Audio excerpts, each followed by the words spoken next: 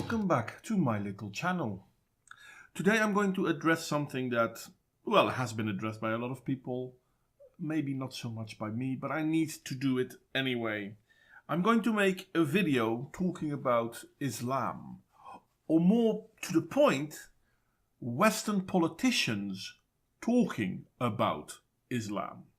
First off, I want to say I do not hate Muslims. I have no qualm with all Muslims. I do have a problem with Muslims that want to implement Sharia. Why? Because under Sharia, they have every right to kill me.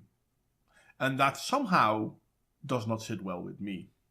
But does that mean I have a problem with all Muslims? No. Because in all fairness, not all Muslims want to implement Sharia. In fact, this means that most Muslims, or at least half of them, are roughly in the same problem than I am. Because I am a kuffar, and kuffar needs to be killed, and they are apostates, because they are not good Muslims, and therefore they need to be killed. This is not me saying, by the way. This is straight out of the Quran. If you are interested in it, just drop me a line and I will link these little bits. But I'm not going to talk about these little bits. No, I'm going to talk about something else. Switzerland has, in their, whatever you want to call it, wisdom, decided that they are going to keep tracks on their imams and on their mosques. If money is coming from other countries, they want to know where it comes from. And if an imam speaks in Switzerland, he is to do so in one of the 4 official languages of Switzerland. But Arabic is no longer allowed. And of course, other politicians need to talk how bad this is. Funnily, in this case, the politician comes from the UK. I'm flabbergasted that he's even going to go there. I mean, we all heard of terms called taqiyya, and some of us know al-wala wal-bara, others do not. But to claim something is not in the Quran, when every idiot out there can open the bloody book to see what is in there. You don't even have to open it. You can Google it. You can fucking Google it. Come on, people. I mean, if you were to say most people do not believe this, then yeah, sure. But if you're going to tell me it is not in the Quran, in this case, terrorism is not allowed according to the Quran. Yeah, the thing is, the Quran kind of tends to disagree with that. I'm not going to show you the whole interview, but I am going to show you a few clips. And then I will, put merit to my point. I hope you will enjoy this short rant. And again, this is not against Muslims or hashtag not all. It is against those who believe in Sharia. And it is against those who lie about the Quran. Now, if you, again, were to say, yeah, but not all people believe this, hell, there is some stupid stuff in the Bible too. Most Christians don't believe in it. Anyway, here's the clip. Switzerland's taken a big step to stopping its mosques getting foreign financing or preaching in Arabic. The lower house of the Federal Assembly voted in favour of the new rules. If it becomes law, mosques will also have to declare where they get their money from and how they use it, along with conducting all of the prayers in one of the country's 4 national languages. However, critics warn the legislation discriminates against Muslims and fuels extremism. Now, maybe I'm just oversimplifying the situation. This is very possible. But you are a country. Within your country, you have a set of laws and morals and ideal behavior. And then there is a group that comes into your country that has their own set of morals and their own ideal behavior. This isn't a problem unless those morals and ideal behavior contradict and are in conflict with the ones of your country. It is very difficult to keep track of this if they speak in a different language. Now, do I feel that a foreigner in our countries is allowed to speak a different language? Yeah, sure. But to preach, to tell people how to live their life in a different country, that becomes a little bit more difficult in my opinion, because the risk of then inciting those people against the original people of the country has suddenly increased manifold. Switzerland isn't the first country to recognize this, but is the first country to act on it. But there is more. And it's not the only extremely sensitive issue for Swiss lawmakers at the moment. One of the biggest states, Zurich, has just voted to drastically cut social assistance for failed asylum seekers, branding it a drain on taxpayers.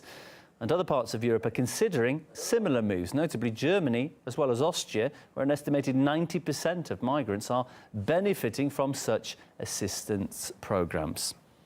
Now, he did sound a bit like he thought it was a bad idea, but how weird is it that as a country we take in people, we help people, and we give them money, and if we think that they have no reason or shouldn't be here to begin with, we stop giving them this much money. We still give them money, but a lot less. To me, I would say don't give them money at all. I mean, you come here as an asylum seeker, you're welcome. We have a house for you, we have food for you. You're not going to buy these things, they're ours. But you can use them because you're an asylum seeker. Once we've decided that you can stay in this country, we will help you teach the language and we will help you find a job. And once you have a job, you can afford items. Kind of funny, because this is what we expect of the native citizens. If I run out of money for whatever reason, then the government isn't going to provide for me. Here I hear people say, but there is welfare. Yeah, there is. But I have to work to earn welfare. Or most of us have to work to earn welfare. If then suddenly we bring in a lot of people that never worked here, but are dependent on welfare, you're basically taking away money from the people that put in the money. Doesn't seem really fair to me, does it? And I don't want to say that refugees aren't welcome here. No. If you are a genuine refugee, you are welcome here. You learn the language, you abide by the laws of this country, and once you start making your own money, you do so legally. I have no problem with those things at all. Learn the language, obey the rules, and be here legally. That's basically all there is to it. But if we're going to give refugees money, and then they're going to complain because the money isn't enough, I think we've missed the boat somewhere, didn't we? OK, let's discuss the proposed clampdown on Swiss mosques then, and whether a backlash against immigration could be contributing to what some perceive as being Islamophobic laws. Let's bring in Niels Fichte, who's the co-president of the youth wing of the Swiss People's Party, and also Ajmal Masroor, who is an imam and a politician over in the UK. So basically telling mosques that their imams need to speak in the language of the country is now considered clamping down on mosques. But isn't it normal to expect people that live in your country to be able to speak your language? Now, I can understand people in the privacy of their own home speaking whatever language they want to speak, I don't care. But a mosque is public. Don't we want the public to be, well, public? Why do you think the government needs to enforce rules and regulations in mosques? Why is that needed? Government doesn't need to enforce any rules and regulations when it comes to speeches, sermons. We don't do that with churches. We don't do that with any other faith leaders or institutions. The clerics should be free to speak their mind. What we do need to have, of course, is a measure of responsibility, and this should be self-regulated. What I worry about in Switzerland is that Swiss government, through its referendums, have enacted very draconian anti-Muslim laws, banning of minaret, scarf, etc. These do not help. In a multicultural, pluralistic democracy such as Switzerland, these, to me, sound like and appear as secular fundamentalism, if nothing else, overly and extremely discriminatory towards Muslims. I don't mind us telling the imams to speak in the local and native language. I've been doing it for 25 years in English. Of course, if the government needs to legislate on that, I think that's wasting taxpayers' money and wasting government's own time too. First off, I can't help but notice that there are so many ethnic Swiss people there. And mind you, there are 4 ethnicities that are common to Switzerland. I mean, Switzerland is not a country of 1 people, it's a country of 4 people. To call them, therefore, racists is a little bit weird. But then again, he's not calling them racist, so that's good. You do, however, see that there are very few native people there. Then he talks about how it is weird to ask of imams to speak clearly. Now, he does it himself for the last 25 years, but how dare we ask this of other imams? Because the clergy needs to be free to talk about whatever they want. But funny enough, in the Western world, the clergy isn't free to speak about whatever they want. Because we have laws that go against inciting violence. And this is something that certain imams absolutely do. So we need to protect our society for it. And I'm willing to believe that this imam, who's now a politician as well, I'm willing to believe he doesn't incite violence in English. Because people can hear him say it. So that's going to be a bit of a problem with it. The imams that do incite violence do so in Arabic. Because most people don't know what they say. But we don't want our reverends, our priests, to give sermon in Latin. So why do we allow this to happen in Arabic?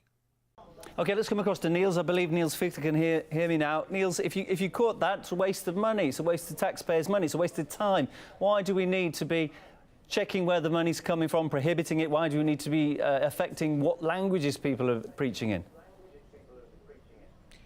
Yeah, thanks for the question. First of all, we need to get down to the problem. And I think in Europe and also in Switzerland, we have got a massive problem with radical Islamists, and you have to name that word, that term, radical Islamic terrorism. And I think Mr. Mazur has great experience with London, with Manchester, with his country, and he knows that it's a big threat to our religion, to our people, to our society, that we have got people that don't have our good in mind and that want to make terrorist attacks. So this new bill here in Switzerland isn't against Muslims, it's against radical Islamic terrorists.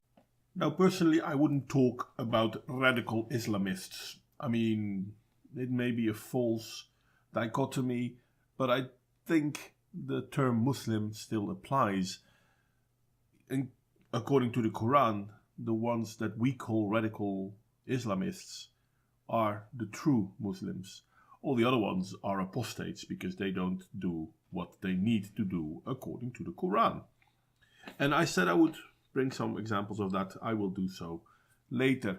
But you can hear the guy talking, and all he's trying to do is make sure that everyone realizes this is not against law-abiding, secular law-abiding Muslim citizens. It's to protect our society. But as he talks, you can hear the guy doing the interview noticing that he's losing it a little bit. So he starts interrupting him. It's kind of funny, because how come we can't say terrorism is a bad thing? And terrorism caused by Islamic, whatever you want to call them, is a bad thing. And to prevent terrorism, we want the imams to speak in the language we can understand, so we know whether they are inciting violence or not. Why is this a problem? How is this taking away the rights of Muslims? They are still allowed to listen to their sermons. But those sermons are now in the local language. Why is this taking away their rights? Go ahead. Let me challenge you, Neil. When you say Islamic terrorist, would you call a pig ever kosher pig? You won't. A pig can never be kosher. A pig is a pig. As far as Jewish religion is concerned, pig is prohibited. In Islam, terrorism is not allowed. Don't call it Islamic terrorism. It indicates your own ignorance. Call it terrorism. I don't. Call it anything else. Yeah, it cannot but there's be a difference Islamic. between the normal Islam, there's a difference between the normal Islam and the radical Islam. I think you should know that. I don't believe that you're a radical Islamist. I know. I believe that I you're a normal I know my Muslim religion very that well. practices his religion normal, and we don't have something against you. We want that our policemen and our investigators have the possibility to understand what those imams are preaching. And if they don't have the possibility, if they only hear Arabic words or words they don't understand, then there's a big safety problem for Switzerland. And Switzerland until now is one country in Europe that didn't have a terrorist attack, and we want to keep that situation. This is the last bit of the original video I'm showing you, because this is the thing that really kind of upset me. We have an imam basically saying, don't call it terrorism or Islamic terrorism because Islam is not in favor of terrorism, but the Quran clearly states that terrorism is good. There are many people who believe that this is one of the 3 forms of jihad a Muslim needs to undertake, but an old Muslim or a sick Muslim doesn't have to partake in this part of the jihad. So there's that. Then we have the Swiss guy clearly stating that he still tries to see a difference between moderate Muslims and terroristic Muslims, as he says it. He used different words, but fair enough. And all he says, we want to protect our society, so we want to make sure that in the mosques we do not see hate speech, which is something that is happening in a lot of mosques throughout Europe. Now don't get me wrong, not all mosques, not all Muslims, not all imams. I'm 100% sure of that. But there are Muslims that do this. There are imams that preach for this. There are mosques where this is applauded. And they try to prevent stuff like this happening in Switzerland. And then we have an imam and a politician from the UK who's going to tell the Swiss that they're not allowed to do this because it's wrong. I'm sorry, mate, but do you want me to give you a list of all the terror attacks in the UK? Yeah, but then you have to look at schooling. No, they have the same possibilities in schooling. Yeah, but then you have to look at the jobs. Yeah, they have the same possibilities as jobs as well. That's the thing about a merit-based democracy. I mean, we could pretend that you're not allowed to do an education. We can pretend that you're not allowed to get a job because you're a Muslim. But there is more to it than just you being a Muslim. You have to apply yourself. And if you won't, yeah, then you won't. But to pretend that this is discrimination at its finest, therefore Muslims kill people shouting Allahu Akbar, no, this is unfair, this is unreasonable, and this is a lie. Stop it, please. Because what you're doing is you're driving a wedge between the Western society and the Muslims within the Western society that want to be law-abiding citizens. Because there are Muslims that do want to be law-abiding citizens. Then again, these Muslims are at the same risk as the non-Muslims because, as I said earlier, they are apostates. And in this part of the video, I will quote some pieces from the Quran, which basically will explain what I kept saying all along and why we can clearly see that it is allowed within Islam to be a terrorist. Now don't get me wrong, I still do not believe that most Muslims will do this. I think if you believe in Sharia, then yeah, I have a problem. If you're a Muslim and you do not want Sharia, then I don't have a problem with you because then you can be my neighbor. You believe something else than I do, but hey, most Christians don't go out killing non-Christians anyway, so the Muslims that don't go out killing non-Muslims are not a problem. The ones that think it's okay, well, they are a problem. The following surahs I will take from the Quran. I will not use the hadiths because, well, they are a little bit more out there, to be honest. It's very easy to prove the violence within Islam if you just look at the hadiths. But the Quran is said to be the word of God given to the Prophet. Therefore, if it is in the Quran, I don't care whether it is or is not in the Hadiths, because the Quran already demands this of the followers of Muhammad. So I'm going to start with Surah 4:88. And I'm going to do this in English, obviously, because my Arabic is crap, but I will link the Quran.com downstairs so you can check out what I found and you can read it there. What is the matter with you that you are two groups concerning the hypocrites, while Allah has made them fall back into error and disbelief for what they earned? Do you wish to guide those whom Allah has sent astray? And he whom Allah sends astray, never will you find for him a way of guidance.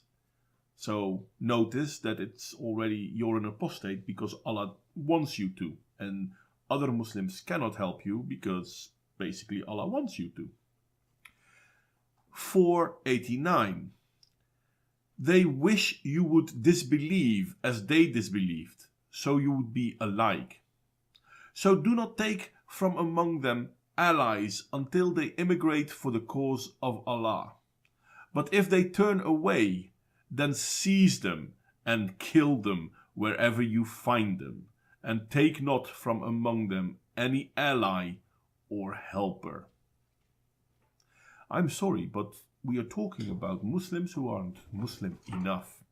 This isn't even about people that are not Muslim. These are people that aren't enough Muslim. Now I could continue reading, and I know there are people who will say, yeah, but that's cherry picking. Yeah, you know what? There are lots of cherries. I'm not going to read the whole freaking Quran. But this is what's in the Quran. So this is the fate of Muslims who are not deemed to be Muslim enough. I mean, you can say, I disavow Islam, therefore you're an apostate. But this also applies to people who will not do jihad the right way, because they also are considered apostates. A Muslim that likes popular music is an apostate. This is true for most Muslims in the Western world. They are considered false Muslims. They are, well, basically at risk of being killed. Well, this is just a Muslim one. There is something about the kufr too. There is this. I'm going to read through Surah 9 from the Quran, and I start at verse 5. Before I do so, these are written after Muhammad had taken physical control of Mecca. And there was a period of peace, but that period would be limited. And when the sacred months have passed, then kill the polytheists wherever you find them, and capture them and besiege them, and sit in wait for them at every place of ambush. But if they should repent, establish prayer and give zakah. Let them go on their way. Indeed, Allah is forgiving and merciful. So, if they are polytheists and they do not believe in Allah, kill them. But if they change their ways, well, that's okay. You can leave them be. I will, however, give you a few more surahs. This is Surah 8:12. Remember when your Lord inspired to the angels, I am with you, so strengthen those who believed. I will cast terror in the hearts of those who disbelieved, so strike them upon the neck and strike them from every fingertip. The last bit I will use, and there is much more in the Quran. I can only urge people to read them if they disbelieve what I'm telling them. But this is Surah 8:39. And fight them until there is no fitna, and until the religion, all of it, is for Allah. And if they cease, then indeed Allah is seeing of what they do. But if they turn away, then know Allah is your protector. Excellent is the protector, and excellent is the helper. Fitna is caused by both apostates and disbelievers. Fitna is doubt. If you create doubt in the religion of Islam, then you are causing fitna. And for this, you deserve to be killed. It's kind of funny like that. But we're not allowed to say this. This is why I keep saying that the problem isn't just for the Western world. There are plenty of Muslims at risk too. There have been plenty a different stream within Muslim society, different belief factions, so to speak, not just Shia and Sunni, but also Druze or Sufi. I think there are no Druze left anymore because they've all been killed. And Shia and Sunni have been at war since the death of Muhammad. So to say that there is no reason to believe that there is terrorism coming from Islam is not understanding Islam. But saying that all Muslims therefore are terrorists is equally bad, because not all. There are good Muslims out there. Not all of the Muslims believe in Sharia. Most Muslims that do not believe in Sharia do not feel the need to follow these surahs. The problem is we do not know which ones are the ones that need our protection and which one are the ones that we need protecting from. Anyway, I don't want to make this an anti-Islam video. The thing that mostly upset me was the fact that a politician is blatantly lying. Now maybe I shouldn't be surprised by that, I know, but somehow it pissed me off. Anyway, criticism as always is more than welcome. I named the surahs so you can look them up. I will not put links downstairs so that people will pretend that I'm only linking to false surahs. I have put a link down to Quran.com. I have nothing to do with these guys. It's just the Quran online as far as I know. Just, check it out. Listen and believe is a very, very bad policy. Therefore, also, do not listen and believe me. Check it. Criticism, as always, is more than welcome. Like, share and subscribe if you feel so inclined. I do wish to grow my channel, but considering the topics I'm using, I probably will not grow very fast, or rather, I've not grown fast and I probably won't grow fast. But hey, every new face is a blessing to all of us. Anyway, see you all next time.